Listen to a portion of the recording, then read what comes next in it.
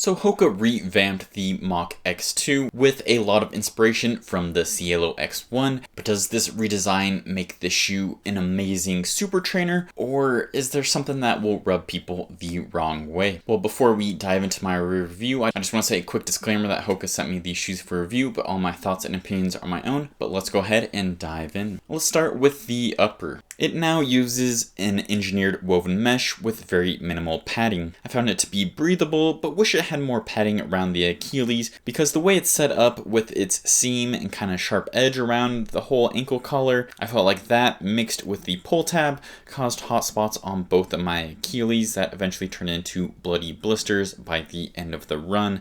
This was definitely the biggest downside I had with this shoe. To help with this issue, I did put duct tape on both sides of the pull tab, and I wore thick blister resistant socks, and this did help resolve the issue, fortunately. Another thing to mention on the upper is the fit. I thought that the length felt true to size. I had about a thumb's width at the end, but the overall volume of it was very low. It was kind of a more snug, almost racing-like fit, and I definitely wouldn't recommend it to somebody with wider and higher volume feet. Alright, now let's talk about this midsole. It gets a big redesign from V1. It now has a stack height of 46mm in the heel, 41 in the forefoot with a 5mm drop.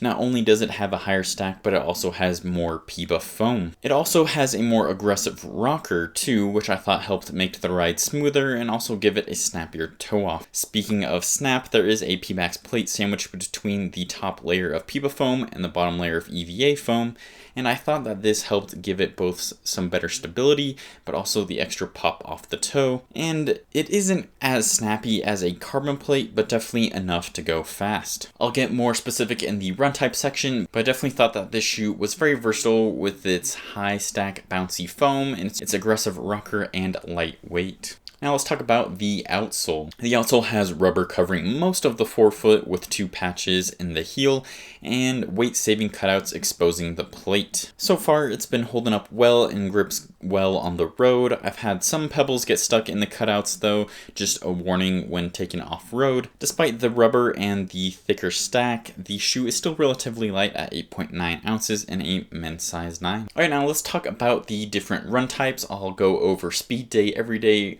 long run day, and recovery day. Starting with speed day, I give the Mach X2 a green light. I thought that the thick forefoot with that bouncy PEBA foam and that plate and that rocker, they just all worked really well to give you an effortless smooth roll and pop off your toe when you're picking up the pace. For everyday runs, I give this a yellow, mainly due to the upper. That minimal padding, potential for blisters, and that low volume fit just don't make it my favorite for putting a bunch of miles in, but if those don't bother you, then this could be a solid everyday trainer. For long run day, I give this a green light. Again, if I'm wearing my socks and have the whole setup going on to prevent the blisters, then that 46mm of stack and that rocker just protect my feet and make it really nice and smooth through long miles. For recovery day, I give this a yellow. Again, just kind of that upper is the biggest issue here, and the rocker is a little bit too aggressive for me. It kind of makes me want to go faster when I'm trying to take it easy, but besides those, there is definitely a lot of nice cushion underfoot that will help protect your feet if you're able to go slow in this shoe. Alright, now I'm going to quickly go through a few comparisons. The first one is the Mach X V1, and with this shoe, I liked that Hoka finally had a non-carbon plated trainer with some PEBA foam in there, but I didn't really notice the PEBA foam. I thought it felt a little bit too firm, didn't have quite an aggressive rocker that I wanted, not as poppy maybe. I didn't have any issues with the upper though, which was nice, and the Mach X2 is kind of the opposite. I had issues with the upper, but the midsole felt way bouncier, more energetic, much snappier. So overall, I definitely prefer the ride and feel of the Mach X2. I just wish the upper was more similar to V1. Fortunately, it looks like with the Mach X V3, they are going to be fixing the issue with the upper on the shoe and keeping the midsole the same. Next up is the Cielo X1, and the Mach X2 is pretty much the training companion to this shoe.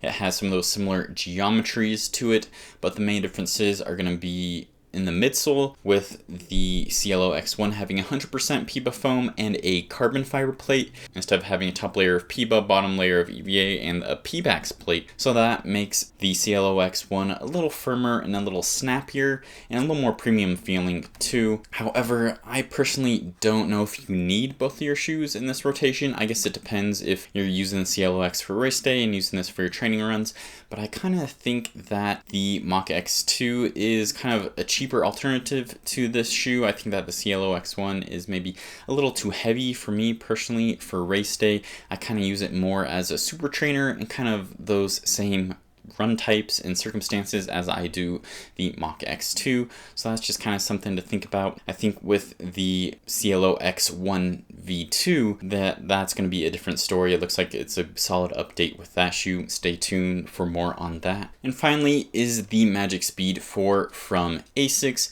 These are both plated super trainers essentially that are training companions to the more premium racers, and they have some similarities. Again, they use two different types of foam, this one with the PEBA and EVA. This one uses Flight Foam Blast Plus, and then in the forefoot has a puck of Flight Foam Turbo, and instead of a P-Bax plate like the Mach X2, the Magic Speed 4 uses a carbon plate. I think that that carbon plate does make the Magic Speed 4 feel a little faster, a little snappier, have a little extra pop off the toe, but I do think the higher amount of super foam, that extra PEBA here in the Mach X2, makes it feel a little more bouncier and a little more premium, honestly, in terms of ride. But it's kind of a toss-up, kind of depends what you're looking for. For me, since I had some of the blister issues with the Cielo X1, I found that the overall fit and feel and ride and a little extra snap from the carbon plate of the Magic Speed 4 is what I preferred, but again, it just kind of depends how the shoes fit and work with you. Overall, I'd say that the Hoka Mach X2 is definitely a versatile super trainer that feels right at home on fast, long runs. So this brand new midsole was a huge update, and I really love the ride and the feel of the shoe. However, the upper just really undid the shoe for me. I had, like I said, the fit was a little snug, and then just those awful blisters from whatever's going on back here just makes the shoe a little harder to recommend, since I have heard that I wasn't the only person that had this issue. I've seen quite a few others get really bad blisters from this shoe. So if you do have this and you're getting those blisters, try that duct tape and some thicker socks. That might help, but it's just a bummer because I do love everything else about this shoe. Like I mentioned though, the Mach X3 looks to fix all these issues, has that same bottom midsole that I love, and then a more comfortable upper that hopefully won't cut up your Achilles. Now I want to hear from you. Are you going to pick up the Mach X2? Have you tried it? Are you hesitant about the Achilles thing going on here? I want to hear your thoughts in the comments down below. Thanks for watching, and as always, keep on running.